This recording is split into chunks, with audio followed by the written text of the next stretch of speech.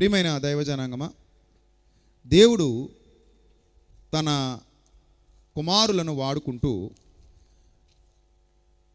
గొప్ప కార్యాలు జరిగిస్తూ ఉన్నటువంటి దినాలలో సాతాను మత ఉన్మాదాన్ని తెర మీదకి తీసుకొచ్చాడు.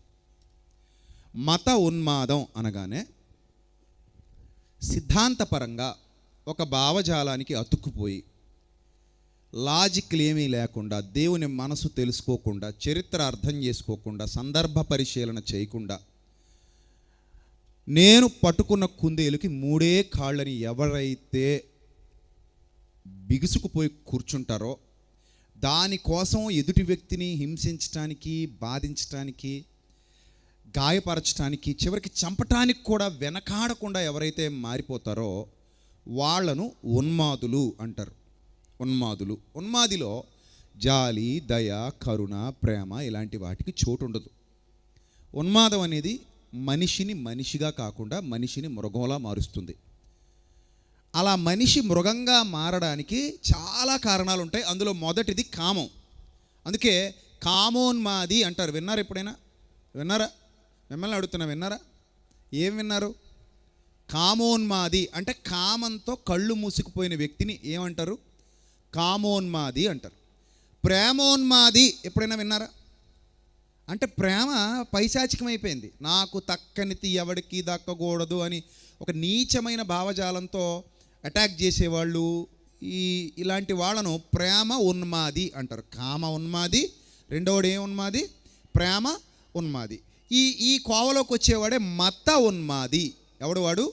మత ఉన్మాది. మతోన్మాది అంటే మతం అలాంటి దుస్థితికి వాడిని తీసుకెళ్ళిపోయింది. నా మతం తప్ప ఇంకోటి ప్రపంచంలో ఉండకూడదు, నా మతాన్ని నమ్మనివాడెవడు నాకు మిత్రుడు కాడు, వాడు నాకు శత్రువే, ఇంక అందరూ నా మతాన్నే నమ్మాలి, అందరూ నా మతంలోనే ఉండాలి అనే ఒక ఉన్మాద భావజాలం. ఇప్పుడు వీళ్ళని క్వశ్చన్ అడిగితే, ఇప్పుడు నీ మతంలో ఉన్న వాళ్ళందరికీ నువ్వు ఆకలంటే అన్నం పెడతావా అంటే రెడీగా ఉండరు వాళ్ళు. నీ మతంలో ఉన్న వాళ్ళందరికీ రోగం వస్తే మందులు వేపిస్తావంటే రెడీగా ఉండరు వాళ్ళు. నీ మతంలో ఉన్న వాళ్ళందరికీ నువ్వు ఇల్లు కట్టి పెట్టిస్తావంటే రెడీగా ఉండరు. నీ మతం అంటున్నావు కదా, నేను డబ్బులు ఇస్తావా అడిగితే అంటే ఎవరు? కేవలం ఉండమంటారు అంతే. నువ్వు నా మతంలో ఉండంతే. అదొకటే దాన్ని సైకో తత్వం అంటారు. పిచ్చది, అదొక వెర్రి పిచ్చి. నువ్వు నా మతంలో ఉండంతే, నాకు ఇంకేంటి, నువ్వేమైనా చేస్తావా అతని కోసం, మంచి చేస్తావా, అలాంటివి ఏమి ఉండవు. నువ్వు నా మతంలో ఉంటే నువ్వు ఎంత ఎదవైనా పర్లేదు, నేను నిన్నేమన్ను. నువ్వు ఎన్ని ఎదవ పనులు చేసినా పర్లేదు, నేను నిన్నేమన్ను. నువ్వు ఎంత చండాలమైన కార్యాలు చేసినా పర్లేదు, నేను నిన్నేమన్ను. కానీ నేను కోరుకునేది ఒకటే, ఏంటది? ఆడిడి మతంలో ఉంటే చాలంట. దీన్ని ఉన్మాదం అంటారు. ఉన్మాదం. ఈ ఉన్మాదాలు పలు రకాలు. అభిమాన ఉన్మాదాలు ఉంటాయి, కామ ఉన్మాదాలు, ప్రేమ ఉన్మాదాలు, మత ఉన్మాదాలు, ప్రాంతీయ ఉన్మాదాలు. ఇలాగా ఉన్మాదంలో మనిషి ఎప్పుడైతే ఇరుక్కుపోతాడో ఆ ఉన్మాదం మనిషిని మనిషిగా కాకుండా ఎలా మారుస్తుంది? మృగంలా మారుస్తుంది. దీనికి కారణం మనం ఒకదానికి ఫిక్స్ అయిపోవడం, స్టిక్ ఆన్ అయిపోవడం. అంటే నేను ఇందాక చెప్పాను కదా, నేను పట్టుకున్న కుందేలుకి మూడే కాళ్ళు.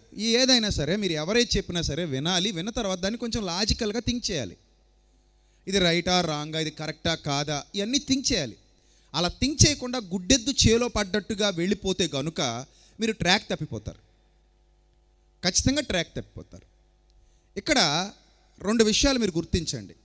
దేవుడు అనే 3 అక్షరాల పదాన్ని చాలామంది యూజ్ చేసుకుంటున్నారు. అన్ని మతాల వాళ్ళు ఆ 3 అక్షరాల పదాన్ని యూజ్ చేసుకుంటారు. ఆ పదం ఏ మతంలోనూ మారదు. మారుతుందా? ఏ మతంలోకి వెళ్ళినా యూనివర్సల్గా వాడే పదం ఏంటి? దేవుడు. తెలుగులో ఇంగ్లీష్లో అయితే జీఓడి, గాడ్. హిందీ మే భగవాన్, హే భగవాన్ అంటారు, హే పరమాత్మ అంటారు. సో భగవాన్, పరమాత్మ, గాడ్, దేవుడు, ఇలా ఏ పదప్రయోగాలు మీరు చేసినా అవి అన్ని మతాలలో యూనివర్సల్గా మనకు కనబడతాయి ఈ పదాలు. ఈ యూనివర్సల్గా కనబడుతున్న ఈ పదాన్ని వాడేటప్పుడు దేవుడు అన్న పదాన్ని అందరూ వాడతారు, కానీ ఈ దేవుడు అన్న పదాన్ని ఎవరికో ఒకరికి ఆపాదించుకున్న తర్వాత, ఈయన మాత్రమే దేవుడు అని అనుకున్న తర్వాత అక్కడితో ఆగరు. ఇప్పుడు ఈయన మాత్రమే దేవుడు, నువ్వు ఆగిపోవాలి, అక్కడ ఆగిపోవాలి. నీకు అది అర్థమైంది, ఈయన దేవుడు అని నీకు అర్థమైంది కదా. ఈయన దేవుడు అని నీకు అర్థమైన తర్వాత నువ్వు హ్యాపీ కదా, అవునా? నువ్వు హ్యాపీ. అక్కడితో ఆగాలి, ఆగకుండా ఉన్మాదం వైపుకి వెళ్ళకూడదు. ఈయన నాకు దేవుడుగా అర్థమయ్యాడు కాబట్టి మిగిలిన వాళ్ళందరినీ నేను ద్వేషించాలి అనుకుంటే అసలు దేవుడు అనే పదానికి బైబిల్ ఇచ్చిన వివరణ నీకు అర్థం లేనట్టు. దేవుడు అనే పదానికి బైబిల్ ఇచ్చిన వివరణ ఏంటి? ప్రేమ. What is the meaning of God? God is love. God is love. ప్రేమ ఎవరిని ద్వేషించదు, ప్రేమ ఎవరికి కీడు చెయ్యదు, ప్రేమ ఎవరికి అపకారం తలపెట్టదు, ప్రేమ ఎవరిని హింసించదు, ప్రేమ ఎవరిని ఇబ్బంది పెట్టదు కదా. మరి నిజంగానే నీకు దేవుడు అర్థమైతే దేవుడు సృష్టించిన సాటి మనిషిని కొడతావా? దేవుడు సృష్టించిన సాటి మనిషిని చంపుతావా? దేవుడు సృష్టించిన అదే సాటి మనిషిని ఇబ్బంది పెడతావా, హింసిస్తావా, బాధిస్తావా? అంటే అలా చెయ్యవు, నువ్వు అలా చెయ్యు. ఎందుకు? నీకు దేవుడు అర్థమయ్యాడు, దేవుడు అనే పదం అర్థమైంది. దేవుడు అంటే ఏంటని చెప్తున్నావు? ప్రేమ అని అని అని చెప్తున్నాం. అయితే ఈ దేవుడు ప్రేమ అయి ఉన్నాడు అనే విషయం అర్థమైనప్పుడు ఆ దేవుణ్ణి పరీక్షించాలని నాలాంటోడు నీలాంటోడు అనుకున్నప్పుడు నేను దేవుణ్ణి నమ్మానా నమ్మలేదా అంటే నేను నమ్ముతున్న విశ్వాసంలో నిజంగానే ఆ ప్రేమ కనబడుతుందా కనబడట్లేదా, ఆ ప్రేమ నాకు సాక్షాత్కరించిందా సాక్షాత్కరించలేదా, కీడు చేయని, అపకారము తలపెట్టని, ఇతరుల్ని హింసించని, ఇతరుల్ని బాధించని, ఇతరుల కొరకు ప్రాణం ఇచ్చే ఆ ప్రేమ నేను దేవునిలో చూస్తున్నానా చూడలేదా అనేది స్వయం పరిశీలన. ఎవరైతే స్వయం పరిశీలన చేసుకుంటారో వాళ్ళకి ఇంకా అర్థమైపోయింది. నాకు కడుపు నిండిపోయిన తర్వాత ఎవరో ఏదో తింటున్నారని నేను వాళ్ళకి బడి ఆడడం ఎందుకు, వాళ్ళకి నాకు సంబంధం లేదు. నాకు కడుపు నిండింది, నేను హాయిగా ఉన్నా. ఒకవేళ అతను ఆకలి అని వస్తే నేను ఏదైతే కడుపు నింపుకున్నానో అన్నం నేను అతనికి పెడతా, అది జాలి. కానీ నా దగ్గరికి అతను రాలేదు, కానీ అతను ఏదో తింటున్నాడు, నేను అతన్ని ద్వేషించకూడదు, నేను అతను అసహించుకోకూడదు. ఆ మధ్య మేము థాయిలాండ్ వెళ్ళినప్పుడు మేము నడుచుకుంటూ వెళ్ళిపోతున్నాం, మా పక్కనే పెద్ద మొసలు ఉంది, దాన్ని వేపుతున్నారు. మొసలి దానికి పెద్ద చువ్వ ఉంది, రాడ్. ఆ రాడ్ మొసలు నోట్లోంచి తోకలోకి పోయింది, లోపల నుంచి గుచ్చేశారు. ఆ రాడ్ తిరుగుతూ ఉంటే మొసలు కూడా అలా తిరుగుతుంది. ఎంత పెద్ద, నాకంటే పెద్ద ఉంది మొసలు, అది తిరుగుతూ ఉంటే దాన్ని శుభ్రంగా ఆ మంట మీద సన్నని సెక మీద ఆ మొసలను కాలుస్తున్నారు తిరుగుతూ ఉంటే. ఈలోగా ఇద్దరు భార్యాభర్తలు వచ్చారు, అక్కడికి వచ్చి ఆర్డర్ చేశారు. ఆర్డర్ చేస్తే ఆ మొసలను వాడు కత్తిరించి చక్కగా టక్ టక్ టక్ టక్ కత్తితో చిన్న చిన్న పీసెస్ ఇలా కట్ చేసి అందులో క్యాప్సికమ్ అది ఇది టక్ టక్ టక్ వేసేసి ఒక బౌల్లోకి చికెన్ కాదు కదా, ఇంకా అది మొసల దాన్ని ఏమంటారో నాకు తెలీదు. ఆ మొసల మాంసాన్ని చక్కగా ఒక బౌల్లో వేసి వాళ్ళకి ఇస్తే వాళ్ళు తినడం మొదలుపెట్టారు. సో వాళ్ళు అలా తింటూ ఉంటే మా ఆవిడ వాంతి చేసుకుంటుంది, ఒక్కంటుంది, కంగారు పడకు, మనకెందుకు, నువ్వు తిన్నట్టు ఎందుకు వాంతి చేసేసుకుంటున్నావు, నువ్వు తినట్లేదు కదా, అక్కడ తింటున్నది ఎవరు, వాళ్ళు. నువ్వు అలా ఒక ప్రేక్షకురాలిగా చూడంతే, అలాగా తిను నీకు మాకు మేము తినట్లేదు కదా, మొసలను మేము తినట్లేదు, వాళ్ళు తింటున్నారు, నేను ప్రేక్షకుని. ఇప్పుడు నువ్వెందుకు వాంతి చేసేసుకుంటావు? నువ్వు తింటే నువ్వు వాంతి చేసి నీ నోటికి ఏమైనా తెచ్చి రాశాడా, పోను స్పూన్ తెచ్చి ఆను అని పెట్టాడా? ఏం పెట్టలేదు కదా. వాళ్ళు ఎవడో తింటున్నారు, మొగుడు పిల్లలు హాయిగా ఒకళ్ళు తినిపించేసుకుంటున్నారు. వాళ్ళు సగం మొసలు నువ్వు తిని సగం మొసలు ఏంటంటే వాళ్ళకి అది ఇష్టం, అది వాళ్ళకి ఆ ఫుడ్ నచ్చింది, తింటారు వాళ్ళు. మనం జస్ట్ ప్రేక్షకులు మాత్రమే. సో ప్రేక్షక పాత్ర పోషించాల్సిన విషయాలు ఉంటాయి, ప్రశ్నించాల్సిన విషయాలు ఉంటాయి. ఇప్పుడు అదే వ్యక్తి ఏమైనా సమాజానికి కీడు చేసే పనులు చేస్తున్నాడు అనుకోండి, ప్రశ్నించు. సమాజానికి కీడు చేస్తుంటే, నిన్నేమైనా ఇబ్బంది పెడుతుంటే, నిన్నేమైనా హార్మ్ఫుల్గా ట్రీట్ చేస్తుంటే ప్రశ్నించు. అర్థమైందా? వాళ్ళ పనేది వాళ్ళు చేసుకుంటున్నారు, మనకు సంబంధం లేదు, అది వాళ్ళ ఇష్టం. అది ఆ మొసలు తింటాం వాళ్ళ ఇష్టం, తింటారు, కప్పలు తింటారు, మొసలు తింటారు, తేళ్ళు తింటారు, పావులు తింటారు, ఏమైనా తింటారు వాళ్ళు. నీకు నచ్చపోతే వాళ్ళు నోరు మూసుకుని ఉంటామే. ఇప్పుడు నువ్వు తినేవి కూడా అసహించుకునే వాళ్ళు ఉన్నారు ఈ సమాజంలో, తెలుసా? నువ్వు చికెన్ జాయింట్ పట్టుకుని తినేస్తున్నావు అనుకో, కొంతమంది నేను చూసి చిచ్చి అనుకుంటారు. మరి వాళ్ళకి నువ్వు అలా కనబడుతున్నావు, ఎందుకంటే వాళ్ళు ఎప్పుడు చికెన్ జాయింట్లు తినలేదు, చిన్నప్పటి నుంచి తినలేదు, వాళ్ళకి అలవాట్లేదు. నీకు అలవాటు అయిపోయింది కాబట్టి నువ్వు పీకు తినేస్తున్నావు. నిన్ను చూసి వాళ్ళు అసహించుకుంటారు. అసహించుకుంటే నీకు బాధ వేస్తా ఇదా, చిచి దూరంగుండా, చికెన్ తింటావు నువ్వు దూరంగుండా అన్నారనుకో, నీకు ఎలా ఉంటుంది? నువ్వు నన్ను ముట్టుకోకు అన్నారంటే ఎలా ఉంటుంది? నీకు బాధ వేస్తా, బాధ వేస్తుంది కదా. సో ఈ మత ఉన్మాదం కూడా అలాంటిదే, మనకు వద్దది. నువ్వు మంచి చేస్తూ వెళ్ళిపో, నువ్వు మంచి జ్ఞానాన్ని అందిస్తూ వెళ్ళిపో, ఎవరిని బాధ పెట్టే పనిలో నువ్వు దిగొద్దు, నీకు అవసరం లేదది. ఈరోజు చాలామంది ఆ ఉన్మాదం, నేను చెప్తున్నాను కదా, మత ఉన్మాదులు క్రైస్తవ్యాల్లో మనకు ఉన్మాదులు కనబడుతున్నారు. ఉన్మాదం అనేది మనకు ఉండడానికి వీలు లేదు. గతంలో కూడా చెప్పాను, పాత నిబంధనలో విగ్రహాలను ద్వేషించారు, పగలగొట్టారు. అది వాళ్ళ చట్టంలో కాబట్టి వాళ్ళకి అది వీలు పడింది. నూతన నిబంధన చట్టంలో మీరు ఎక్కడికో వెళ్ళండి, విగ్రహాలు పగలగొట్టండి అని ఉందా అసలు ఎక్కడైనా? అసలు యేసుప్రభు నోటి వెంట ఎప్పుడైనా విగ్రహాన్ని పగలగొట్టమన్న మాట వచ్చిందా? రాదండి. ఆయన జ్ఞాని. ఇప్పుడు పాత నిబంధన ఒక జాతికే ఇవ్వబడింది, ప్రాబ్లం లేదు, వాళ్ళ ఆ దేశంలో వాళ్ళు ఏదైనా చేసుకుంటారు. క్రొత్త నిబంధన ఒక జాతికి కాదు కదా. క్రొత్త నిబంధన దేనికి? ప్రపంచంలో దేశాలన్నిటికీ, సర్వమానవాళికి. అక్కడ ఎన్ని సిద్ధాంతాలు ఉంటాయి, ఎన్ని ఆచారాలు ఉంటాయి, ఎన్ని పద్ధతులు ఉంటాయి, ఏవే ఉంటాయి, అవన్నీ ప్రభు పట్టించుకోలేదు. ప్రభు పట్టించుకున్నదల్లా ఒకటే, పాపాన్ని అసహించుకోండి, పాపాన్ని తీసేసుకోండి, పాపానికి దూరంగా ఉండండి. ఇది యూనివర్సల్ లా. పాపం యూనివర్సల్గా అందరికీ అర్థమయ్యేది. అది ఒక అర్థమయ్యే భాష, మనసుకు తెలిసే భాష పాపం అనే భాష. ఇప్పుడు అప్పుడెప్పుడు సుప్రీంకోర్టు అందంట, నీకు నీ భార్యకు పెళ్ళైన తర్వాత ఆమె సరదాగా వీకెండ్స్లో బాయ్ ఫ్రెండ్ వేసుకుని తిరిగితే అది ఆవిడ ఇష్టం, అదేం తప్పు కాదందంట. అంటే వివాహేతర సంబంధాలు ఏం కాదు, నేరం కాదని తీర్పిచ్చింది కోర్టు ఒక కేసులో. దాన్ని కొంతమంది తప్పుపట్టారు, కొంతమంది సమర్థించారు. కానీ దేవుడు దాన్ని తప్పుపట్టాడు. దేవుడు దాన్ని తప్పుపట్టాడు అని మనం ఎలా చెప్తున్నామంటే, ఆ చేయమన్నా చేస్తున్న వారి మనస్సాక్షి కూడా దాన్ని ఏం చేస్తుంది, తప్పే పడద్ది. లోపల ఇంటర్నల్గా మనకు కోడ్ లాంగ్వేజ్ ఉంటుంది. ఆ కోడ్ లాంగ్వేజ్ మనస్సాక్షి అంటారు దాన్ని. ఆ మనస్సాక్షి ప్రపంచం ఒప్పుకున్నా కూడా తప్పనే అంటుంది. ఇప్పుడు ఉదాహరణకి మన భారతదేశంలో తాగడం తప్పు కాదు, నీ ఇష్టం వచ్చినంత తాగొచ్చు, ఎక్కడైనా తాగొచ్చు, కానీ ఎవరిని ఇబ్బంది పెట్టకుండా తాగాలి. మందు అమ్ముతారు పబ్లిక్లో, మా బ్రాందీ షాపులో, నువ్వు వెళ్ళి కొనుక్కోవచ్చు, తెచ్చుకోవచ్చు, తాగొచ్చు. ఈ తాగుతున్నోళ్ళు నాకు ప్రభుత్వం అధికారం ఇచ్చింది కదా నేను తాగుతున్నాను అని హ్యాపీగా ఉంటారా? మనసులో చిన్న కోడ్ లాంగ్వేజ్ వచ్చి ఏమంటుంది లోపల, గిల్టీ ఉంటుంది. కావాలంటే అడగండి, చాలామందికి ఉంటుంది అది. కానీ ఆ కోడ్ లాంగ్వేజ్ని వాళ్ళు పట్టించుకోరు. అది ఇంటర్నల్గా లోపల ఉంది. అది లోపల వ్రాయబడిన అదృశ్య భాష. ఏ భాష? అదృశ్య భాష. ఆ అదృశ్య భాష నీ మనస్సాక్షితో మాట్లాడుతూ ఉంటుంది. అది ఇన్బిల్ట్గా ఉంటుంది లోపల. నాకు ప్రభుత్వం ఒప్పుకుంది కదా నేను తప్పు చేయడానికి, ఆఫ్ కోర్స్. కానీ నీ మనస్సాక్షి ఒప్పుకోవట్లా. ప్రభుత్వం ఒప్పుకోవచ్చు, చట్టం ఒప్పుకోవచ్చు, కానీ నీ మనస్సాక్షి ఒప్పుకోవట్లా. ఏమనంటుందంటే, దేవుడిచ్చి నీ పవిత్రమైన దేహాన్ని నేను పాడు చేసుకుంటున్నాను, అతనే ఒప్పుకుంటాడు. తప్పు చేస్తున్నట్టు లేదా బాబు నీకంటే ఉంది భయ్యా, కానీ ఎందుకో మానలేకపోతున్నాను అంటాడు. అంటే అతని హృదయంలో ఆ గిల్టీ ఫీలింగ్ అనేది ఉంది. అలాగే వివాహేతర సంబంధం నేరం కాదని కోర్టు తీర్పిచ్చేసినా కూడా వాళ్ళ మనసులో ఆ గిల్టీ ఫీలింగ్ ఖచ్చితంగా ఉంటుంది. భర్త ఇంట్లో ఉన్నాడు, శనివారం ఆదివారం వేరే ప్రియుడితో బండి మీద పోతుంది, వేరే ప్రియుడితో హోటల్ రూమ్లో ఉంది. అప్పుడు ఆమెకి మనసులో ఆ బాధ ఉండదు, గిల్టీ ఉంటుంది కదా. ఏ గిల్టీ? లోపల కోడ్ లాంగ్వేజ్ ఉంటుంది. ఆ కోడ్ లాంగ్వేజ్ చెప్తుంటుంది, అమ్మా నువ్వు చేసేదైతే తప్పే అని. ఆ కోడ్ లాంగ్వేజ్ లోపల గిల్టీ ఫీలింగ్ లోపల తెలుస్తుంది. దానే మనస్సాక్షి భాష అంటారు. ఏంటది? మనస్సాక్షి యొక్క భాష. ఇది అదృశ్య భాష, అదృశ్యంగా వినబడుతుంది, లోపల వినబడే భాష అది. సో ఇది మనకు బాగా అర్థమైతే మనం ఉన్మాదంతో రగిలిపోకూడదు. ఉన్మాదం మనకు వద్దు, ఉన్మాదం ఎవరికీ వద్దు. నేను ఫస్ట్ నా కోట కట్టుకున్నానా లేదా, నా అంతరంగ నిర్మాణం సక్రమంగా జరిగిందా లేదా.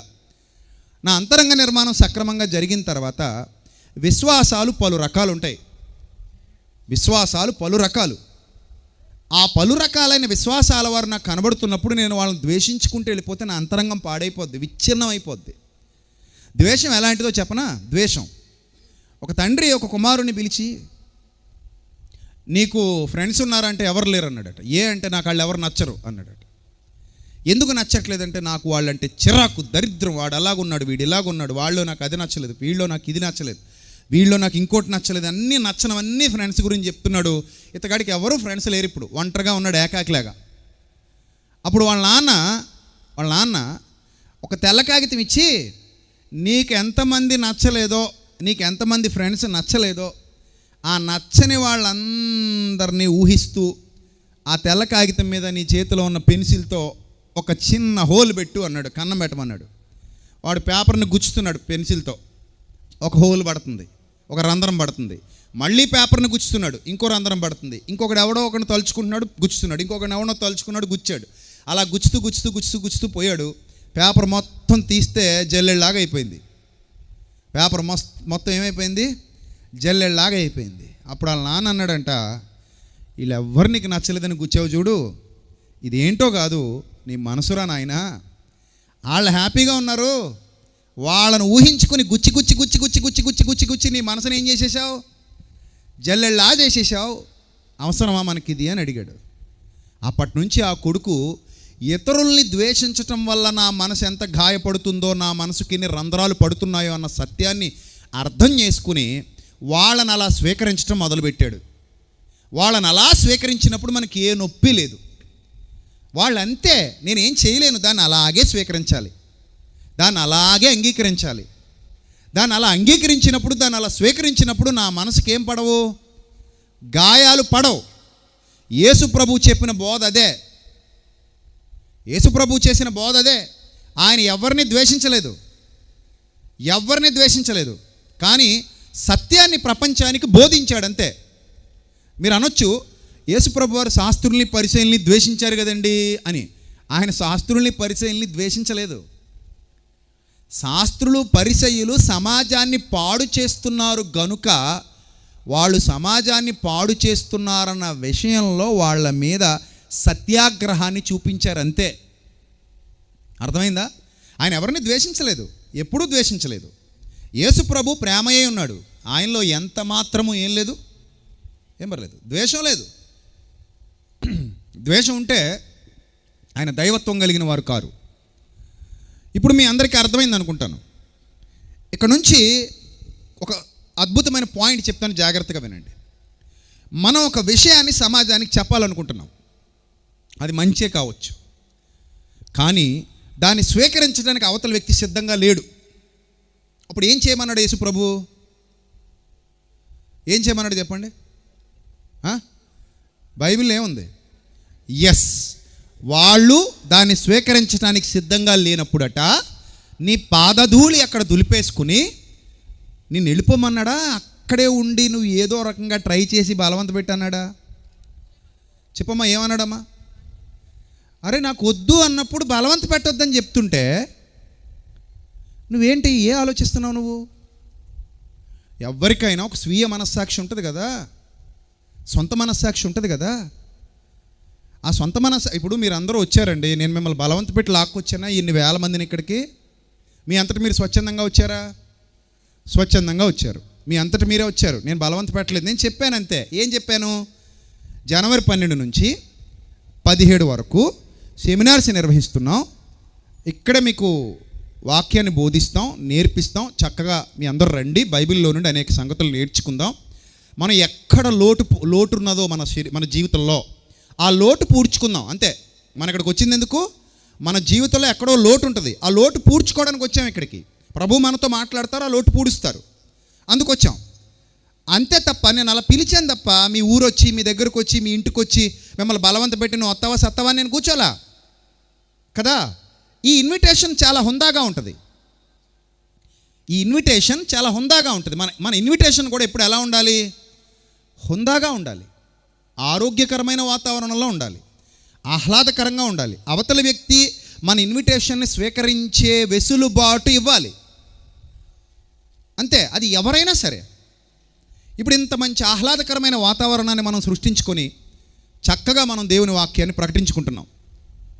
ఎవరికి ఏ నొప్పి కలిగించట్లా, ఎవరికి ఏ ఇబ్బంది కలిగించట్లా, ఎవరినే బాధించట్లా, ఎవరి వ్యక్తిగత స్వేచ్ఛను హరించట్లా. మనం యేసు ప్రభు బాటలో వెళుతున్నాం. యేసు ప్రభు ఈ భూమి మీదకి వచ్చిన దినాలలో ఒక పక్క రోమన్లు ఉన్నారు. ఆ రోమన్లకి ఎన్ని ఉన్నాయో తెలుసా? సూర్యదేవత ఆరాధికులు వాళ్ళు. ఇప్పుడు ప్రభు నీలా నాలా అనుకుంటే ఏమనాలి? కైసర్ దగ్గరికి లేదా ఈ పిలాతు దగ్గరికి హేరోద్ దగ్గరికి వెళ్ళినప్పుడు ఏమనాలి? రోమన్లారా, మీరు అదిగో ఆ సూర్యగోళాన్ని ఆరాధిస్తున్నారు కదా, మీకు తెలుసా అది నేను చేసిందని? అరే అది నా ద్వారా చేయబడిందిరా, అది నేను చేశాను రా, దాన్ని కలిగి ఉన్నది ఏది నేను లేకుండా కలగలేదు. ఆ సూర్యుడు నా ద్వారా నిర్మాణమైన వాడు అని ఏమైనా అన్నారు ఆయన? నా ద్వారా నిర్మాణమైన వాడినేమో ఆరాధిస్తున్నావు, నన్నేమో ఇక్కడ తీర్పులో నిలబెడతావురా నువ్వు అని అన్నారా హేరోద్తో? అని అన్నారా పిలాత్తో? అనరా ఆయన. అనరు. అదిగో చూడండి, రోమన్స్ సూర్యుడిని ఎలా డిజైన్ చేసుకున్నారు. వాళ్ళ కాయిన్స్ మీద కూడా సూర్యుడు అలా ఉంటాడు.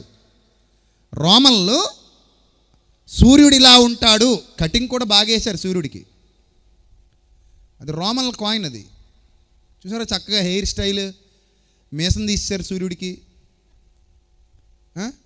గడ్డం కూడా తీసేశారు, చక్కగా ముక్క అందంగా గ్రీకు వీరుల్లా చెక్కారు, కింద ఒక గద్ద బొమ్మ పెట్టారు.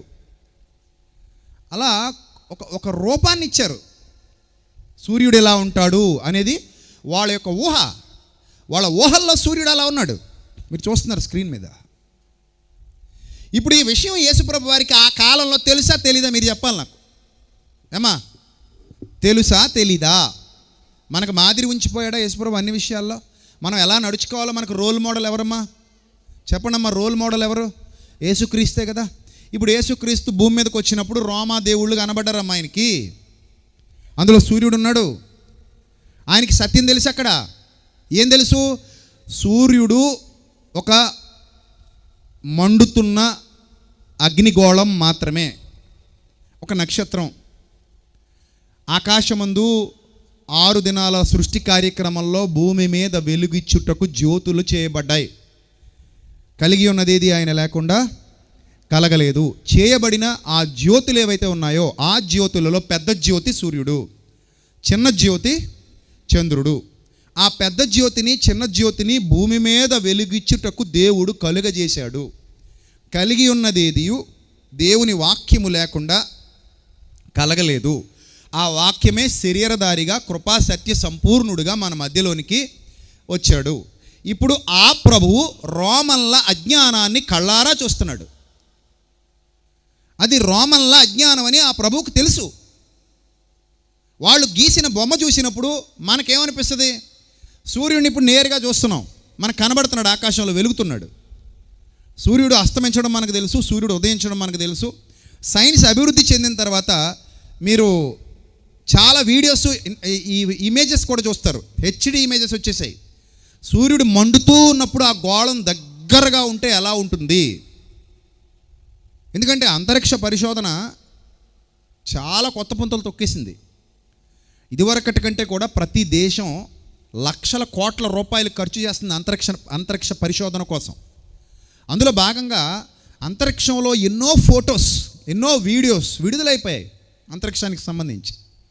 అక్కడ ఉన్నటువంటి వస్తువులు, అంతరిక్ష వస్తువులు, ఆ స్వరూపాలు, అక్కడ ఉన్నటువంటి గ్రహాలు, నక్షత్రాలు, ఆ నక్షత్ర మండలాలు, సౌర కుటుంబం దాటిన తర్వాత ఉన్నటువంటి ఆకాశ మహాకాశాలు, వీటన్నిటి గురించి ఎప్పటికప్పుడు కొత్త కొత్త విషయాలు కనిపెడుతున్నారు, ప్రపంచానికి అందిస్తున్నారు. మీరు స్క్రీన్ మీద చూడొచ్చు. సూర్యుడు ఎలా ఉంటాడు అంటే అదిగో సూర్యుడు. ఇది సైన్స్ అభివృద్ధి చెందిన తర్వాత మనకు వచ్చినటువంటి కంప్లీట్ పిక్చర్ ఇది. ఇప్పుడు సూర్యుడు అంటే ఏంటి? ఒక అగ్గి ఉండ, అంతే కదా. ఒక అగ్గి, ఒక మంట మండుతున్న ఒక ఐరన్ బాల్ లాంటిది అనమాట. ఐరన్ బాల్ ఒక మంటలో వేసేస్తే ఎలా కనబడద్దో ఆ రూపం కనబడద్దు మనకి. అంటే అది ఆ గోళం హీలియం వాయువులతో భగభగా మండిపోతుంది, నిరంతరం మండుతూ ఉంటుంది. దాని దగ్గరికి వెళ్ళడం కూడా సాధ్యం కాదు. అంత పెద్ద మంట గాల్లో వేలాడుతుంది. ఇది దైవ సృష్టి. మనిషి ఎంత ఉంటాడు? 6 నుంచి 7 నుంచి నిన్న మనం మాట్లాడుకున్నట్టుగా గోలియాతు లాంటి వాడైతే 10 అడుగులు ఉంటాడు అనుకుందాం. 10 అడుగులు ఎక్కడా? భూమి కంటే దాదాపు ఎన్ని లక్షల రెట్లు పెద్దదంట? ఎన్ని? 13 లక్షల రెట్లు పెద్దదైన గోళం అది. ఆ సోలార్ సిస్టమ్ గురించి మనం ఆలోచిస్తుంటే మనకు మతి పోద్ది అసలు. భూమి కంటే 13 లక్షల రెట్లు పెద్దది. దేవుడు చేశాడు దాన్ని. ఇప్పటికీ భూమి మీద వెలిగిస్తుంది. ఆది కాండంలో మీరు ఎప్పుడో చదువుకున్నారు, భూమి మీద ఏమిచ్చుటకై వెలిగిచ్చుటకై. అది నెరవేరుతుందా? నెరవేరట్లేదా? లేదండి, సూర్యుడు ఫిలమెంట్ రాలిపోయిందంట, మేమే స్పెషల్గా లైట్లు పెట్టుకున్నామని. చైనా వాడు నాకు చైనా లైట్లు పెట్టాడా ఆకాశంలో? అమెరికా వాడు ఏమైనా లైట్లు పెట్టాడా? నాసా వాళ్ళు ఏమైనా లైట్లు పెట్టారా? ఎవరేం పెట్టలా. ఇప్పటికీ మండుతూ ప్రకాశిస్తున్నది ఎవరు? సూర్యుడు. ఇప్పుడు సూర్యుడు రోమన్లకు ఎలా అర్థమయ్యాడు? గ్రీకులకు ఎలా అర్థమయ్యాడు? ఈజిప్షియన్లకు ఎలా అర్థమయ్యాడు, ఆసియా ఖండంలో ఉన్న దేశాలలో ఉన్న అనేక మందికి ఎలా అర్థమయ్యాడు, తూర్పు దేశాల్లో ఉన్న వాడికి ఎలా అర్థమయ్యాడు, ఆఫ్రికన్లకు ఎలా అర్థమయ్యాడు, ఇవన్నీ మీరు చరిత్రను పరిశోధిస్తే ఒక్కొక్కరికి ఒక్కోలాగా అర్థమయ్యాడు. సూర్యుడిని చాలా దేశాల్లో ఆరాధిస్తున్నారు. సూర్యుడు చాలా గ్రంథాలలో సముచిత స్థానాన్ని సంపాదించుకున్నాడు దేవుడుగా. అది రోమన్ల గ్రంథాల్లో ఉంటాడు, గ్రీకుల గ్రంథాల్లో ఉంటాడు, ఈజిప్షియన్స్ గ్రంథాల్లో ఉంటాడు. కానీ వాస్తవానికి సూర్యుడు ఎవరు? వాస్తవం ఏంటి? సైన్స్ ఏం చెప్పింది, బైబిల్ ఏం చెప్పింది అంటే సైన్స్ చెప్పింది, బైబిల్ చెప్పింది ఒకటే. బైబిల్ సూర్యుడిని దేవుడని చెప్పలేదు. బైబిల్ సూర్యుడి గురించి ఏం చెప్పిందంటే సూర్యుడు దేవుని వలన కలిగినవాడు. వాడంటే అది పురుష పద ప్రయోగం తప్పితే అది మానవుడు కాదు, జీవం కలిగినది కాదు, నిర్జీవమైనదే. బట్ అదొక నక్షత్రం మండుతూ ఉంటుంది ఆకాశంలో. దాని వేడి, దాని వెలుతురు భూమి దాకా ప్రసరిస్తుంది. భూమి మీద మనకు వెలుగు వస్తుంది. ఇప్పుడు వాస్తవం అర్థమైపోయింది. జ్ఞానం అర్థమైపోయినోడు ఏం చేయాలి చెప్పండి అమ్మా? జ్ఞానం అర్థమైపోయినోడు ఏం చేయాలి? ఉప్పొంగాల. జ్ఞానము ఉప్పొంగజేయును, ప్రేమ చెప్పండి, ప్రేమ క్షేమాభివృద్ధి కలుగజేయును. యేసు ప్రభు జ్ఞానమా ప్రేమ? చెప్పండి, యేసు ప్రభు జ్ఞానమా ప్రేమ? నేను చెప్పనా? ప్రేమతో నిండుకున్న జ్ఞానం ఆయన వట్టి జ్ఞానం అయితే ఆయన ఉప్పొంగేవాడేమో, కానీ ప్రేమతో మిళితమైన జ్ఞానం ఎప్పుడు ఉప్పొంగదు. వట్టి జ్ఞానమే ఉప్పొంగుద్ది. వట్టి జ్ఞానం ఎప్పుడు ఉండకూడదు, ప్రేమతో మిళితమైనదై ఉండాలి. ఆ మధ్య యూట్యూబ్లో ఒక వీడియో చూశాను, చెప్తాను, చిన్న ఎగ్జాంపుల్, నా అనుభవం చెప్తాను. ఏమనంటే, మీరు రోజుకి 3 వెల్లుల్లిపాయలు తినండి, మీకు హార్ట్ అటాక్లు ఏమీ రావు, మీకు గుండె చాలా ఆరోగ్యంగా ఉంటుందని ఒక ఆయన చెప్పాడు. నిజమా కాదా అని నేను ఆన్లైన్లోకి వెళ్ళి సెర్చ్ చేస్తే నిజమే, చాలా యాంటీ ఆక్సిడెంట్స్ ఉంటాయి ఇందులో, చాలా మంచిది ఇది, రోజుకి 3 వెల్లుల్లి రబ్బలు తింటే మంచిది అన్నారని పొద్దునే వాకింగ్కి వెళ్ళే ముందే 3 వెల్లుల్లి రబ్బలు నేనే ఒలిచేసుకుని నోట్లో పడేసుకుని నమిలేసి గొంతంతా మండిపోయేది, గ్లాస్ నీళ్ళు దగ్గర పెట్టుకుని నీళ్ళు తాగేసి వాకింగ్ వచ్చేసేవాడిని. వాకింగ్ అంతా పూర్తి అయిపోయేది. ఇంటికి వెళ్ళిపోయిన తర్వాత జిమ్ అది అయిపోయిన తర్వాత ఏదో టిఫిన్ చేసుకుని నా పనులు నేను చూసుకునేవాడిని. అలాగ ఒక వారం రోజులు కంటిన్యూగా చేసేసా. రోజుకెన్ని 3 పచ్చివి, నమిలి మింగాడు నీళ్ళు తాగాడు. ఆ తర్వాత ఒక్కరోజు మీటింగ్కి వెళ్తే అయిపోయింది పని. విపరీతమైన గుండె నొప్పి, విపరీతమైన పొట్టలో ఏదో తెలియని బాధ, చాలా ఇబ్బంది పడిపోయాను. అసలు ఏందిరా పరిస్థితి, ఇలాగైపోతున్నాను ఏందిరా, నాకెంత అలా అయిపోయింది ఏంది, నేను ఎంత కేర్ తీసుకుంటాను కదా, నాకు ఏంటి అసలు వెల్లుల్లిపాయలు కూడా తింటున్నాను కదా అంటే, అప్పుడు డాక్టర్ గారు అన్నాడు, అందుకే నాయన అలాగయ్యావు, రోజుకి 3 రబ్బలు ఎవడు తినమన్నాడు నాయన నిన్ను, రెబ్బలు అలా తినకూడదురా నాయన.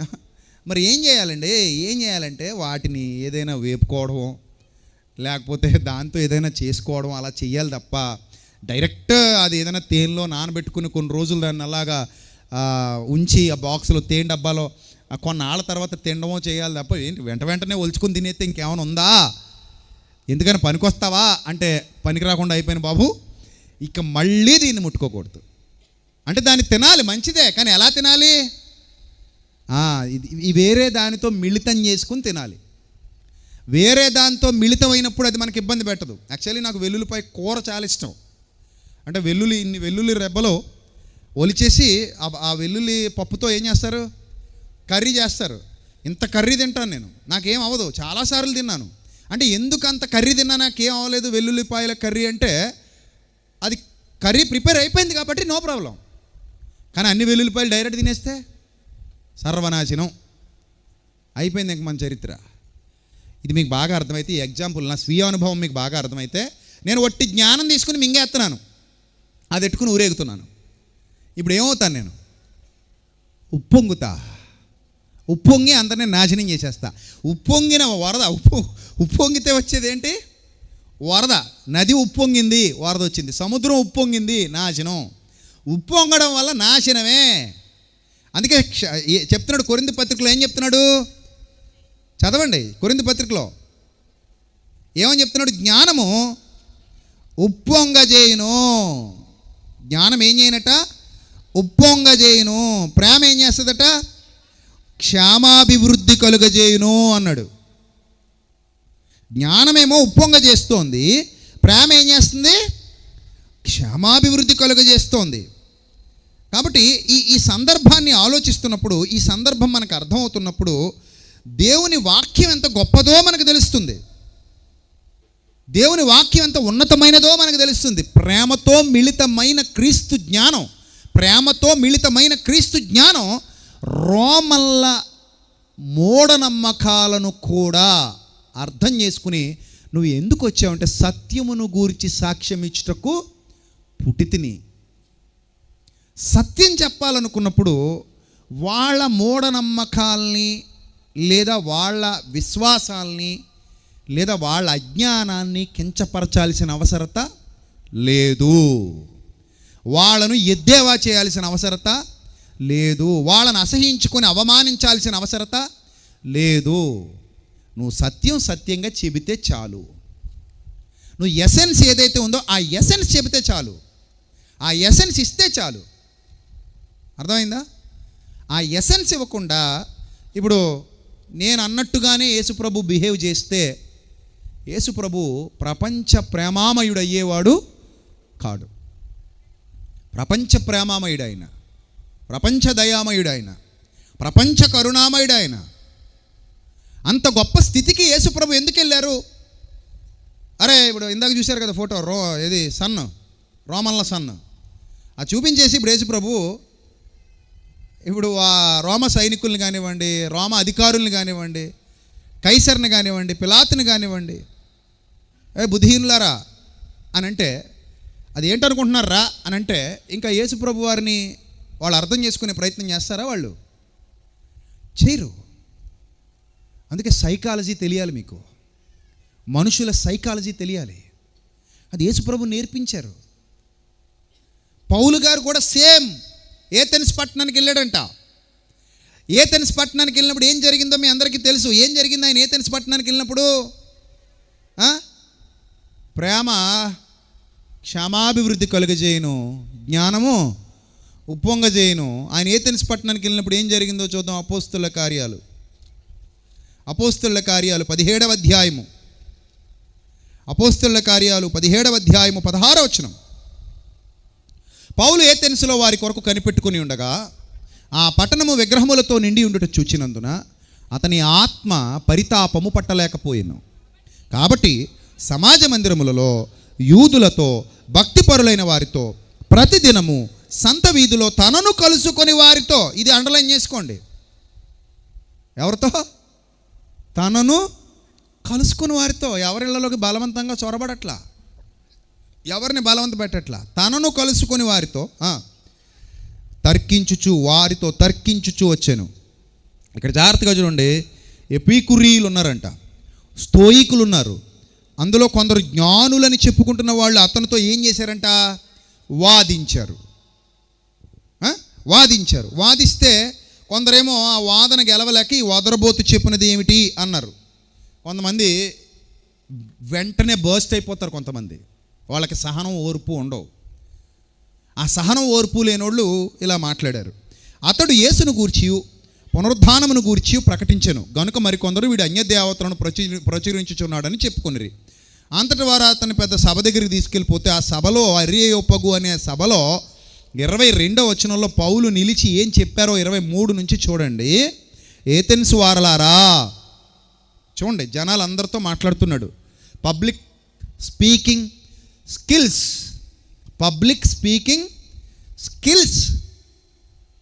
ఆయన ఒక పబ్లిక్ స్పీకర్. ఒక పబ్లిక్ స్పీకర్కి ఉండాల్సిన స్కిల్స్ ఏంటి? పౌలుని చూసి నేర్చుకోవాలి. ఏంటి ఈయన ఏమంటున్నాడు?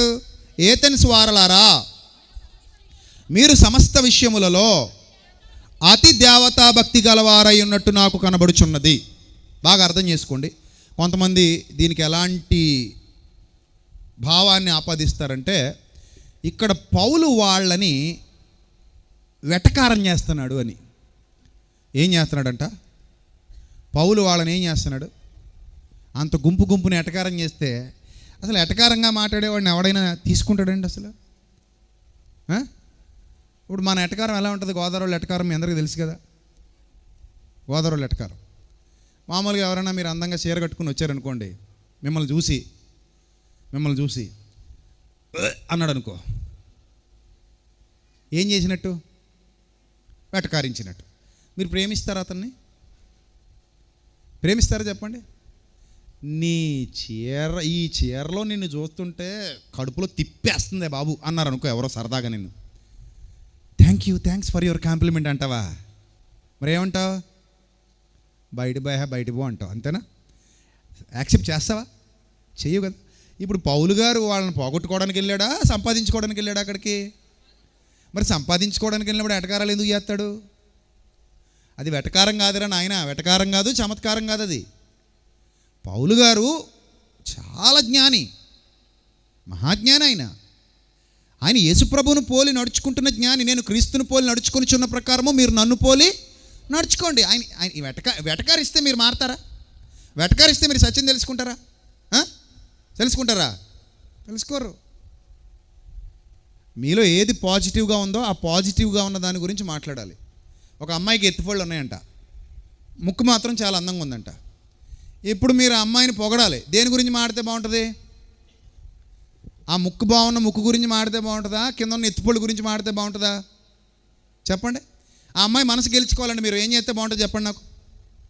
ఆహా, ఎత్తుపళ్ళు ఎంత బాగున్నాయి, తేగలు ఒలుచుకోవడానికి భలే పని చేస్తాయి.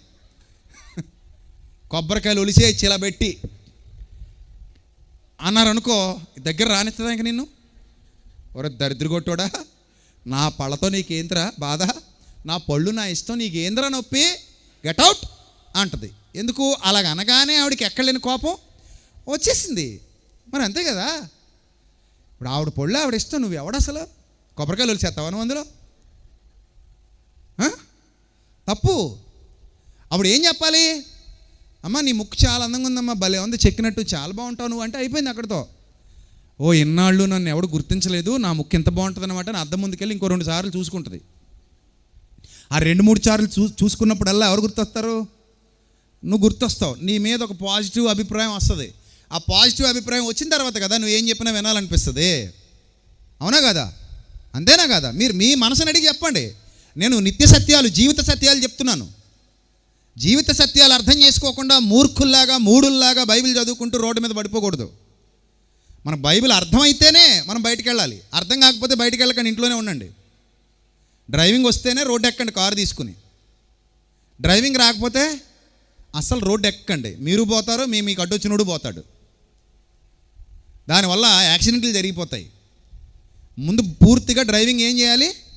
నేర్చుకోవాలి. అది తెలివి, అది జ్ఞానం, అది వివేకం అంటారు. ఇప్పుడు పౌలు భక్తుడు ఎటకారాలు ఆడట్లేదు, చమత్కారాలు ఆడట్లేదు. ఏమంటున్నాడు? ఏథెన్స్ వార్లారా, మీరు సమస్త విషయాలలో అతి దేవతా భక్తి గలవారై ఉన్నట్టు నాకు కనబడింది. మీరు అతి చేస్తున్నారు అన్నాడంట ఆయన. అలాగ ఒక ఆయన చెప్తున్నాడు. ఏం చేస్తున్నారు? అరే మీరు బాగా అతి చేస్తున్నారు అలాగ అనలేదు ఆయన. మీరు సమస్త విషయాలలో అతి దేవతా భక్తి గలవారై ఉన్నట్టు నాకు కనబడి. 22వ వచనం చివరి మాట చదువుతున్నాం మనం. 22వ వచనం చివరి మాట, అతి దేవతా భక్తి కలవారై ఉన్నట్టు నాకు కనబడుతుంది. నేను సంచరించుచు మీ దేవతా ప్రతిమలు చూచినప్పుడు ఒక బలిపీఠం నాకు కనబడింది. దాని మీద తెలియబడని దేవునికి మేము బలిస్తున్నామని రాయబడి ఉంది. ఒక బలిపీఠం అయితే కట్టేశారు. ఆ బలిపీఠం మీద బలులు కూడా జరిగిపోతున్నాయి. కానీ బలులు ఎవరికి ఇస్తున్నారు మీరు అని ప్రశ్న వస్తేనట, ఆ ప్రశ్నకు సమాధానం ఇంకా వాళ్ళకి దొరకలేదంట. మొత్తం మీద ఎవరికొకరికి బలి అయితే వెళ్ళిపోతుంది. అది ఎవరికి వెళ్తుందో మాకు తెలియదు అన్నారంట. అందుకే అన్నోన్ గాడ్ అని రాసుకున్నారట అక్కడ. ఏంటా పేరేంటి? అన్నోన్ గాడ్ అంటే తెలియబడని దేవుడు. ఆ తెలియబడని దేవుడికి ఇక్కడ నుంచి బలులు వెళ్తున్నాయి, సాక్రిఫైసెస్. ఆకాశంలో ఉన్నాడు ఆయన మాకు ఇంకా తెలియలేదు, వెతుకుతున్నాం. తెలియలేదంటే అర్థం ఏంటి? వెతుకుతున్నాం. అన్నోన్ గాడ్, ఆ అన్నోన్ గాడ్కి బలిస్తున్నాం, ఆ తెలియబడని దేవునికి బలులిస్తున్నాం అని రాసుకున్నారు వాళ్ళు. ఇప్పుడు వాళ్ళ దగ్గరికి వెళ్ళి మురుకుల్లారా, మూడుల్లారా, అజ్ఞానుల్లారా, రాళ్ళ మీద బలులిచ్చుకో ఏమని అన్నాడు? అసలు ఏమని అన్నాడమ్మా? ఎందుకమ్మా భావజాలం మీకు? మనకి ఒక వ్యక్తి తెలియక తెలియని మార్గాలలో వెళుతున్నప్పుడు తెలియని మార్గాలలో వెళుతున్న వాడికి తెలిసేలా చెప్పాలన్నది ప్రేమ అయితే, ఆ ప్రేమ ఎదుటివాడిని దూషించదు, ఆ ప్రేమ ఎదుటివాడిని అవమానించదు, ఆ ప్రేమ ఎదుటివాడిని అసహించుకోదు. ఆ ప్రేమ ఎదుటివాడికి నేర్పిస్తుంది. ఏం చేస్తుంది? నేర్పిస్తుంది. నీకు నేర్పించాలనుకున్నప్పుడు ప్రేమతో చెబితేనే వింటావు. అదిగో ఆ చిత్రాన్ని మీరు చూడొచ్చు. పౌలు గారికి కనబడిన బలిపీఠం ఇలా ఉండేది అనే ఊహా చిత్రం. పౌలు గారికి కనబడినటువంటి బలిపీఠం ఇలా ఉండేది. ఏంటది? తెలియబడని దేవుడట. అది అలా అందంగా చెక్కుకున్నారు వాళ్ళు, దాని మీద రాసుకున్నారు. ఏమని రాసుకున్నారు? Unknown God. మాకు తెలియదు, ఇంకా మాకు రివీల్ అవ్వలేదు, ఈయన ఎవరో మాకు తెలీదు, కానీ మేము వెతుకుతున్నాం, మాకు ఇంకా దొరకలేదు అని వాళ్ళు అలాంటి ఒక చిత్రం పెట్టుకుని అలా రాసుకున్నారు. అదిగో చూస్తున్నారు మీరు స్క్రీన్ మీద, రైట్? ఇప్పుడు అక్కడికి వెళ్ళాడు, అక్కడ బలులు జరుగుతున్నాయి, బలిపీఠాలు ఉన్నాయి, జనాలు తండోపతండాలుగా వస్తున్నారు, కార్యక్రమాలు జరుగుతున్నాయి. కానీ ఆ రాయి, జీవం లేని ఆ రాయి, ఆ బలిపీఠం ఏదైతే ఉందో వాళ్ళ హృదయాలలో ఎలాంటి పరివర్తన తీసుకురాలేదు. భౌతికమైన వస్తువులు మనలో ఎలాంటి పరివర్తన తీసుకురాలేవు. నేను గతంలో కూడా చెప్పాను, ఒక యేసుప్రభు బొమ్మ పెట్టుకొని, ఒక మరియమ్మ బొమ్మ పెట్టుకొని ఆ చుట్టూతా మీరు ప్రదక్షిణలు చేస్తే మీ మనసు మారదు. ఒక యేసుప్రభు బొమ్మ పెట్టుకొని, ఒక మరియమ్మ బొమ్మ పెట్టుకొని రోజు ఆ బొమ్మ ముందు సాగిలపడి నమస్కారాలు చేస్తే మీ మనసు ఫలవంతంగా మారదు. మీరు మీలో ఉన్న ఆ పూడికలు పూడ్చుకోలేరు. మీరు ఆధ్యాత్మికంగా ఎదగలేరు. ఆధ్యాత్మికంగా ఎదగాలంటే మీకు చక్కటి మాటలు కావాలి. ఆ మాటలు దేవుని మాటలై ఉండాలి. అప్పుడే మీరు ఆధ్యాత్మికంగా ఫలభరితంగా ఆత్మ ఫలాలతో నిండుకొని ఎదుగుతారు. అర్థమైందా? అలాగే ఇప్పుడు మీరు చూస్తున్న ద అన్నోన్ గాడ్ అనే ఆ బలిపీఠం ఏదైతే ఉందో, ఆ బలిపీఠం ముందు ఎన్ని సంవత్సరాలు కూర్చున్నా వాళ్ళ వ్యక్తిత్వం మారదు. వాళ్ళలో చక్కటి వ్యక్తిత్వం రాదు, చక్కటి వ్యక్తిత్వం సంతరించుకోదు. ఇది ఎరిగిన పౌలు వాళ్ళతో మాట్లాడుతున్నాడు. ఏమని మాట్లాడుతున్నాడు? కాబట్టి మీరు తెలియక దేని యందు భక్తి కలిగి ఉన్నారో, బాబా ఏమి జ్ఞానం అండి అది, ఏమి జ్ఞానం అంటారండి దాన్ని. మీరు తెలియక దేని యందు భక్తి కలిగి ఉన్నారో దానినే అన్నాడంటే అది జ్ఞానం అంటే. చిచ్చి దరిద్రం ఇది కాదు, చిచి ఇది కాదు, ఇంకోటి దానికి ఇదే, బట్ దీనినే, బట్ మీకు తెలియని దానిని ఏమంటారు దీన్ని? జ్ఞానము పొంగజేయును, ప్రేమ క్షమాభివృద్ధి కలిగి. ఇక్కడ మతానికి ఇబ్బంది వస్తుంది. దేనికి ఇబ్బంది వస్తుంది? ఇప్పుడు ఇందులోనే ఒకడు ఉంటాడు, యూదుల్లోనే ఇంకొకడు ఉన్నాడు, పౌలు గారిని వ్యతిరేకించేవాడు ఉంటాడు. ఆడక్కడ నిలబడి అంటాడు, పౌలు గారు మీకు ఎందుకు అంత భయం? పౌలు గారు మీకు ఏమైనా పోయే కాలమా? మీరు ఎలా చేయొచ్చు, అసలు మీరు ఎలా చేయకూడదు. అక్కడే కొండ బద్దలు కొట్టేసి అందరినీ దరిద్రం నాశనం చేసి వచ్చేయాలి, పెంట చేసి వచ్చేయాలి. మనం అక్కడే కొంపలు కూల్చేసి వచ్చేయాలి, పెంట చేసేయాలి, అక్కడే గొడవ అయిపోవాలి, అక్కడే నాశనం అయిపోవాలి. మనం చచ్చిపోవడానికి వచ్చాక చచ్చిపోవాలంటే అక్కడే మనం నరికించేసుకోవాలి. ఇప్పుడు నువ్వు చచ్చిపోవడానికి వచ్చి నరికించేసుకోవడానికి వచ్చావా? ఆత్మలు రక్షించడానికి వచ్చావా? సత్యం చెప్పడానికి వచ్చావా? పెంట చేసేయడానికి వచ్చావా? పెంట చేసేయడానికి వచ్చావా నువ్వు? బుద్ధి జ్ఞానం ఉందా? ఇప్పుడు ఒక రోగి భయపడతాడండి, ఆపరేషన్ చేయించుకోవడానికి భయపడుతున్నాడండి. డాక్టర్ ఏం చేయాలి? నీరసంగా ఉన్నాడు, శక్తి లేదు, కానీ ఆపరేషన్కి భయపడుతున్నాడు. ఏం చేయాలి ఇప్పుడు డాక్టర్ గారు? వచ్చి ఇలా పడుకోట్టు మళ్ళీ ఆశ అని చెప్పి కత్తి తీసే పడగా కాలు పట్టుకో, చేయి పట్టుకో, నర్సు వెళ్ళరా, పొడిచే లోపల పొడిచే గట్టిగా అని చెప్తే ఆపరేషన్ అయ్యే లోపు రోగి ఏమైపోతాడు చెప్పండి? చచ్చిపోతాడండి. అలా అసలు డాక్టర్ అంటారా అతన్ని? డాక్టర్ అంటారా? డాక్టర్లు అలా బిహేవ్ చేస్తే మనం వెళ్తామా? వెళ్తామా? డాక్టర్ గారు ఏం చేయాలి? అమ్మ ఎందుకమ్మా అలా భయపడుతుంది? ఏం కాదు తల్లి, నేను ఉన్నాను కదా అమ్మ. అసలు అమ్మ ఇలా 100 ఆపరేషన్లు చేశానమ్మా, నాకు ఏమైనా కొత్త చెప్పు, ఎందుకు అలా భయపడుతుంది? ఏముండదమ్మా, అసలు నువ్వే అంటావు చూడు, ఆపరేషన్ అయిపోయిన తర్వాత ఇదే ఎంత సింపుల్గా అయిపోయింది అంటావు నువ్వు. అమ్మ అంటారా అనరా? అనకపోతే వెళ్తాం అసలు మనం? ఇందాక నేను చెప్పినట్టు బిహేవ్ చేస్తే? అరే అసలు జ్ఞానం వివేకం లేని మూర్ఖులు డ్రైవింగ్కి వెళ్ళిపోయారు, హైవేలు ఎక్కేశారు దౌర్భాగ్యులు. ఈరోజు ఏళ్ల వల్ల యాక్సిడెంట్లు అయిపోతున్నాయి. వద్దు, తప్పు. జ్ఞానం ఉప్పొంగజేస్తుంది, ప్రేమ క్షేమాభివృద్ధి కలగజేస్తుంది. మనం దేన్ని ఫాలో అవ్వాలంటే ప్రేమనే. ప్రేమతో మిళితమైన జ్ఞానం ఉండాలి తప్ప పౌలు గారిలాగా యేసుప్రభులాగా ప్రేమతో మిళితమైన జ్ఞానం. మూర్ఖత్వం ఉండకూడదు. కైసరికి పన్నిచ్చటం న్యాయమా కాదా? క్వశ్చన్ ఎవరి దగ్గరికి వచ్చింది? ఏమని వచ్చాయన? 2 ఆప్షన్స్. There was 2 options. మొదటి ఆప్షన్ ఏంటంటే, కైసర్ ఎవడాయి కైసర్, కలిగినదేది నేను లేకుండా, మళ్ళీ సేమ్ డైలాగ్. ఏంటది? కలిగినదేది నేను లేకుండా కలగలేదు. ఆ కైసర్ గారి కడుపులో ఉన్నప్పుడు తెలిసి నాకు వెళ్ళి చెప్పు. వాళ్ళ అమ్మ కడుపులో కైసర్ గారిని డిజైన్ చేసింది నేనే. వెళ్ళి చెప్పాడికి. ఆప్షన్ ఉందా లేదా? ఉందా? ఆడికి నేను డబ్బులు ఇవ్వడం ఏంటి? సమస్త సృష్టి నాదే, ఆకాశం నాది, భూమి నాది, నేల నాది, డబ్బు నాది, బంగారం ఎక్కడెక్కడుందో నాకు తెలుసు.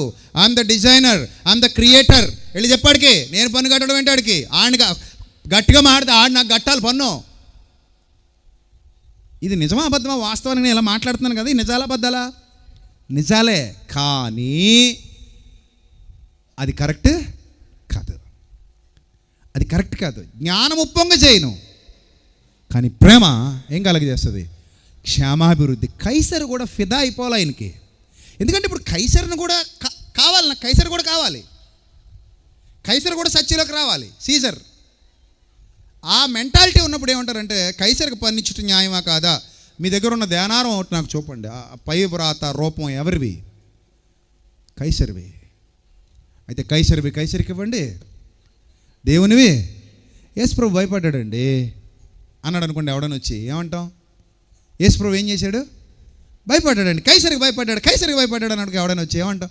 అరే మూర్ఖుడా, ప్రేమ గురించి నీకేం తెలుసు? ఎవరైనా మిమ్మల్ని తన్నారనుకోండి, మీకు కోపం వస్తుందా రాదా? చెప్పండి. మిమ్మల్ని కడుపు మీద తన్నితే కోపం వస్తుందా రాదా? ఇక్కడ ఉన్న అక్కచెల్లెమ్మలు అందరిని అడుగుతున్నా, మిమ్మల్ని నేనే కడుపు మీద తంతాను గట్టిగా. కోప్పడతారా కోప్పడరా? సోజ్ చెప్పకు, కోప్పడతావు. దివ్య చూడు, అసలు కోప్పడండి అంట. ఖచ్చితంగా కోప్పడతావు నువ్వు. ఎందుకు? ఇప్పుడు నేను ఇక్కడ పిలిచి ఇలా రమ్మ చెల్లెమ్మని పిలిచి ఇలా తన్నాను అనుకో, తన్ను ఏం చేస్తావు? కోప్పడతావు. ఏంటి ఇంతమందిలో నన్ను వేదిక మీద కడుపు మీద తన్నాడండి దరిద్రుడు, ఈడేం సేవకుడండి, ఈడేం బోధకు అంటావు కదా. రైట్, ఇప్పుడు పాయింట్ చెప్తాను జాగ్రత్తగాను. అదే బిడ్డ కడుపులో ఉండి నిన్ను తంతునే ఉంటాడు 9 నెలలు. కోపడతావా? అందరిని పిలిచి కిక్ ఇదిగో చూడు. ఏం కిక్? ఏం కిక్? Baby kick. ఇదిగో చేపెట్టి తంతున్నాడు. ఎంత ప్రేమగా చెప్పుకుంటున్నావు తంతున్నాడని. అంటే ఇక్కడ తన్నడం బాగుంది నీకు, ఇంకొకడు వచ్చి ఇక్కడ తన్నడం మాత్రం బాలేదు అంటే నీకు అర్థం అవ్వాలి. ప్రేమ తన్నినా పండగ చేసుకుంటుంది. ఏం చేసుకుంటుంది? ప్రేమ ఏం చేసుకుంటుంది? తన్నినా ఏం చేసుకుంటుంది? పండగ చేసుకుంటుంది. ఎందుకు? బిడ్డ మీద అపారమైన ప్రేమ. నన్ను తంతావురా నువ్వని నువ్వు తందన్నావు అనుకోడు, చచ్చిపోతాడు. తన్నినా ప్రేమది. ప్రేమ తన్నించుకుంటుంది. ప్రేమ ఏం చేస్తుంది? తన్నించుకుంటుంది, ఓర్చుకుంటుంది. ప్రేమ అన్నిటినీ ఓర్చును. ప్రేమ అన్నిటినీ ఓర్చుకుంటుంది. యేసుప్రభు ప్రేమయే ఉన్నాడు, అందుకే ఓర్చుకున్నాడు. అంటాడు ఆయన, అరే నాయనా నేను ఇప్పుడు వేడుకొనలేను, నేను వేడుకుంటే 12 సేనా వ్యూహాల కంటే గొప్పదైన సైన్యం ఏం చేస్తుంది? వచ్చేస్తుంది. ఈ రోమ సైనికులతో పోరాడుతుంది. ఎవడు నిలబడలేడు నా ముందు. కానీ నేను అలా చేయను. That is not my intention. నేను మిమ్మల్ని కాపాడుకోవడానికి వచ్చాను, నాశనం చేయడానికి కాదు. నేను ప్రేమించడానికి వచ్చాను. ఇప్పుడు ఇదే బాటలో వెళ్ళాడు పౌలు భక్తుడు. కైసరకు పన్నిచ్చుట న్యాయమా కాదా అంటే ఏమన్నాడు? న్యాయమే అన్నాడు. న్యాయమే. అరే మనం మంచిగా ఉందాం, ఏమైపోద్ది? ఇప్పుడు నష్టం ఏంటి మనకి? ఎందుకు ఈ పైశాచికత్వం? లాస్ట్ ఇయర్ కూడా చెప్పా, నేను క్రిస్మస్ నిర్వహిస్తున్నాను అని చెప్పాం. నువ్వు చెప్పావు అనుకుందాం, కాసేపు ఒకసారి విను. నేను క్రిస్మస్ నిర్వహిస్తున్నానని చెప్పావు. నేను చర్చి కట్టుకుంటున్నానని చెప్పావు. చర్చి కట్టుకుంటున్నానని చెప్పినప్పుడు ఒక అన్యుడు వచ్చి నీకు 1000 రూపాయలు ఇచ్చి చర్చి కడుతున్నావు కదా ఈ వాడు అన్నాడు. తీసుకుంటావా తీసుకోవా? ఎంతమంది తీసుకుంటారు? చేయొద్దండి. మంచిది. ఇప్పుడు ఇదే ప్రశ్న. అదే అన్యుడి మీ దగ్గరకు వచ్చి నేను వినాయక చవితి చేసుకుంటున్నాను, 200 ఇస్తావా అని అడిగాడు. ఇస్తావా? ఇప్పుడు ప్రాబ్లం వస్తుంది ఇక్కడ. ఏంటి ప్రాబ్లం? ఆడు నేను చర్చి కట్టుకుంటున్నాను కాబట్టి ఆడు 1000 రూపాయలు ఇస్తే నేను తీసేసుకుంటా. ఎందుకు? నేను నమ్ముకున్నది నిజమైన దేవుని కాబట్టి. ఓహో, కానీ వాడు ఏదో పండగ చేసుకుంటున్నాను, నాకు ఒక 50 రూపాయలు 100 రూపాయలు ఇస్తావు, అక్కడ అన్నదానం చేస్తానంటే మాత్రం నీకు ఇవ్వడానికి ఏం రాదు? మనసు రాదు. నీకు ఎందుకు అంటున్నాను? నువ్వు తీసుకున్నప్పుడు ఖచ్చితంగా ఏం చేయాలి? ఇవ్వాలి. నువ్వు తీసుకుంటే ఇవ్వాలి. ఇస్తే నీకేంటి నష్టం? ఏం నష్టం లేదు, ఏం నష్టం లేదు. కైసరికి పన్ను ఇవ్వడం న్యాయమా కాదా అంటే ప్రభు ఏమన్నాడు? ఇచ్చారా బాబు అన్నాడు. కైసరిది కైసరికి ఇచ్చేయి, దేవుడిది దేవుడికి ఇచ్చేయి. ఒక సహృదయ భావన మన మనస్సులో ఉన్నప్పుడు మనం ప్రతిదాన్ని భూతత్వంలో చూడం. చాలామందికి మైండ్ అలా ట్యూన్ చేసి పెట్టేశారండి, బిగించేసి ట్యూన్ చేసి ఉన్మాదం ఎక్కించేశారు తలకి. ఉన్మాదం. అరే మన ప్రపంచంలో ఎన్ని చేస్తున్నాం. ఇప్పుడు ఆ వ్యక్తి వచ్చి అదే డబ్బులు తెచ్చుకొచ్చి నీ దగ్గర ఏదైనా షాప్ ఉంటే నీ దగ్గర కొంటాడు, ఏదో కొన్నాడు, నువ్వు వస్తువు ఇచ్చావు, అతనికి డబ్బులు ఇచ్చాడు. అయ్యే డబ్బులు నీ గళ్ళపెట్టిలోకి వచ్చాయి, అయ్యే డబ్బులతో నువ్వు భోజనం కొనుక్కుని తింటావు. అవునా? ఈ డబ్బుకి ఏముండదు, తనాపర భేదాలు ఉండవు, ఎవరి దగ్గర నుంచి ఎవరి దగ్గరికైనా తిరుగుతాయి.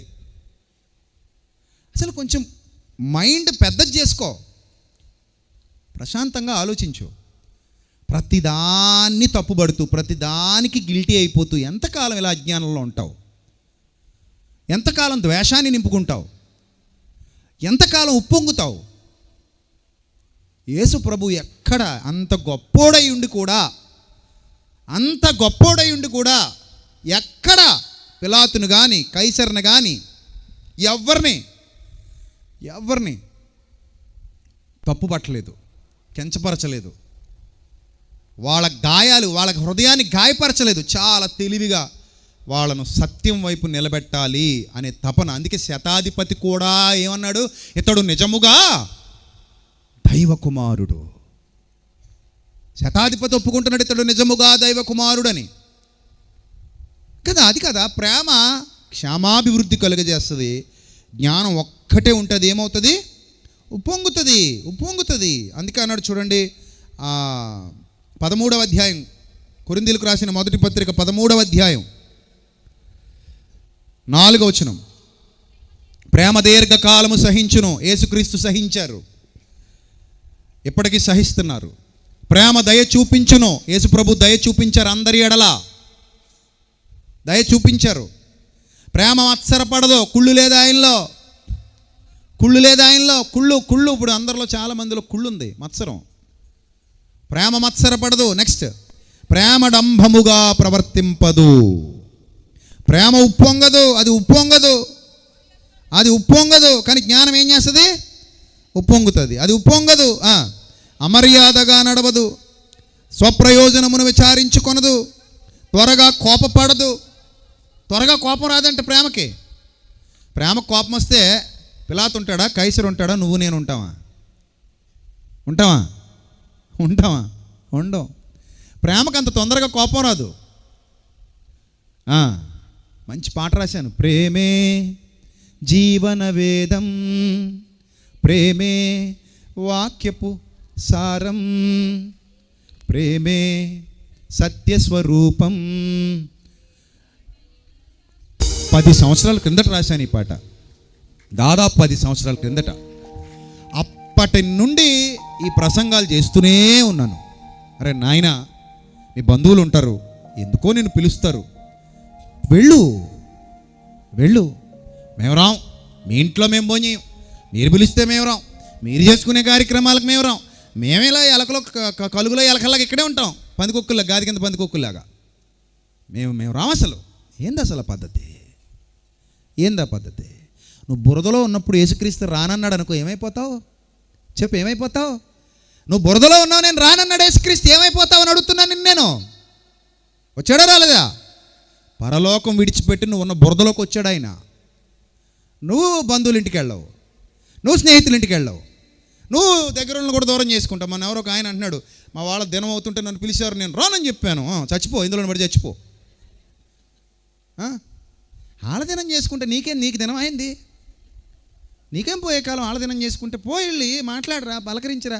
అరే నాయన, విందు జరుగుతున్న ఇంటికి పోవటం కంటే ప్రలాపించిన ఇంటికి పోవడం మేలు రా నాయన. రేపొద్దు నీ ఇంట్లో ఎవడైనా చచ్చినాడు రావాలా వద్దా? నీకు కావాలి కదా కంఫర్ట్, ఆదరణ.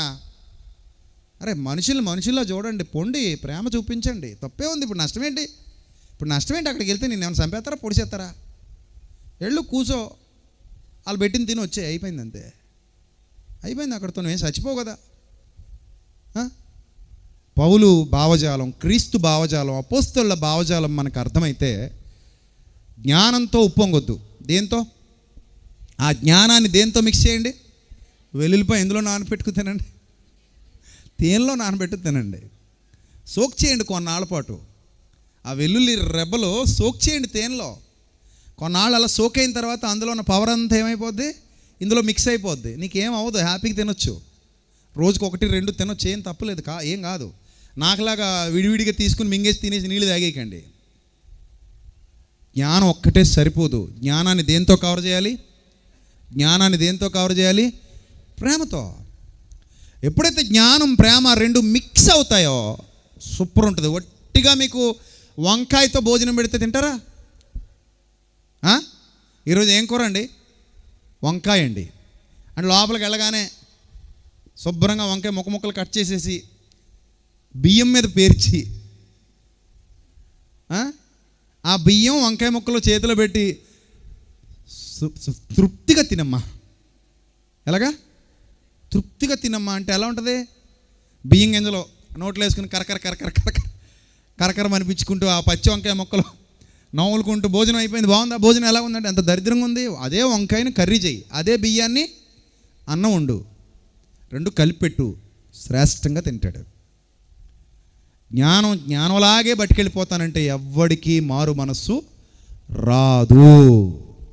ప్రభు అలా చెయ్యలేదు, అపోస్తలులు అలా చెయ్యలేదు. ఆ జ్ఞానానికి దేని జత చేశారు? ప్రేమను జత చేశారు. ప్రేమ, జ్ఞానం రెండు మిక్స్ అయ్యాయి కాబట్టి ప్రభు పరిచర్య ఈరోజు ప్రపంచం అంతటా వృద్ధి పొందింది. మధ్యలోకి వచ్చి నీ గురుగులు వచ్చి తగలేస్తున్నాయి. మీరు గురుగుల్లా ఉండొద్దు, గురుగుల్ని ఫాలో అవ్వద్దు. మీరు గోధుమల్లా ఉండండి, చక్కగా ఉండండి. ఈ సెమినార్కి మా బంధువులు కూడా వస్తారు, కూర్చుంటారు మీతో పాటు, భోజనాలు కూడా చేస్తారు మనతో వాళ్ళు. అది ఉండాలి. వేదిక మీద తీసుకొచ్చి పరిచయం చేస్తాను, ఉండండి మీ అందరికీ. సో అలాగ ఉండాలి మనం. అంతేగాని ఏందండి కల్లోలాలు సృష్టించడానికి ఉన్నాం మనం, లేం కదా. సో కాబట్టి ఈ సుదీర్ఘ సందేశం నాకు తెలిసి మీకు ఆకలేస్తుందని, కానీ నాకు ప్రభు చెప్తున్నాడు, నాయన ఆకలి కాదు, ముందు ఈ ఆకలి తీర్చి పంపించు అని. అందుకే నేను రాసుకొచ్చిన ప్రసంగం వేరు, ఈరోజు చెప్పిన ప్రసంగం వేరు. అందుకే ప్రభు చెప్తున్నాడు అంటున్నాను. నేను నిజానికి ఇది కాదు నేను అనుకున్నది, వేరే అనుకుని వచ్చాను, కానీ మారింది. వీలైతే ఇది సాయంత్రం మాడుకుందాం. కొన్ని అలా మారుతుంటాయి అప్పుడప్పుడు. ఎందుకంటే దేవుని ఆత్మ సహాయం కోరుతున్నప్పుడు ఆయన ఎలాగో నడిపిస్తూ ఉంటాడు. ఆయన నడిపింపులో మనం నడిచి వెళ్ళిపోతుంటే ఇలాంటి అద్భుతమైన ప్రసంగాలు మన హృదయంలో ఉన్న గాయాలను కడుతూ ఉంటాయి, పూడికలు పూడుస్తుంటాయి. చాలామందికి పూడికలు ఉంటాయి, చాలామందికి ఉంటాయి పూడికలు. నేను ఉన్మాదులు అవ్వద్దు. మనం ఎలా పోదాం చెప్పండి? ఎలా పోదాం? ప్రేమతో పోదాం. జ్ఞానాన్ని ప్రేమతో మిక్స్ చేద్దాం. అర్థమైందా? అందుకని ఒట్టిగా జ్ఞానం ఇచ్చేస్తే గుడ్డు కారం తిన్నట్టు ఉంటుంది. కారం కూరలు వేసుకోవడం వేరు, కారం ఎలాగో కూరలు వేస్తాం కదా అని కొంత నోట్లు వేసుకోవడం వేరు. అర్థమైందా? సో జ్ఞానాన్ని ఏం చేద్దామమ్మా అందరూ చెప్పండి? దేంతో? ప్రేమతో మిక్స్ చేద్దాం. జ్ఞానాన్ని దేంతో మిక్స్ చేద్దాం? ప్రేమతో మిక్స్ చేద్దాం. చిన్న ఎగ్జాంపుల్ చెప్పి నేను ముగిస్తాను. అందరికీ తెలిసిందే, ఒక ఆయన భార్య రోజు కూర పాడు చేసేస్తుంది, అసలు బాగుండట్లా. అప్పుడు ఒక సైకాలజిస్ట్ దగ్గరికి వెళ్ళాడంట. ఏమండి మా ఆవిడకి ఎంత చెప్పినా కూరలు రావట్లేదండి, అమూల్ బేబీ ఈవిడ, ఇంట్లో సరిగా నేర్పలేదు మా అత్తగారు, అందుకని నా మీద పడింది. ఇప్పుడు వచ్చి ఆ టీవీ ఈ టీవీ పెడుతుందండి, ఏదో చేసి పాడేస్తుంది, సత్తనాన్ని నేను తినలేక, అలానే బాగాలేదంటే పడలేకపోతున్నాను, డ్యాన్స్ చేసేద్దాం ఇంకా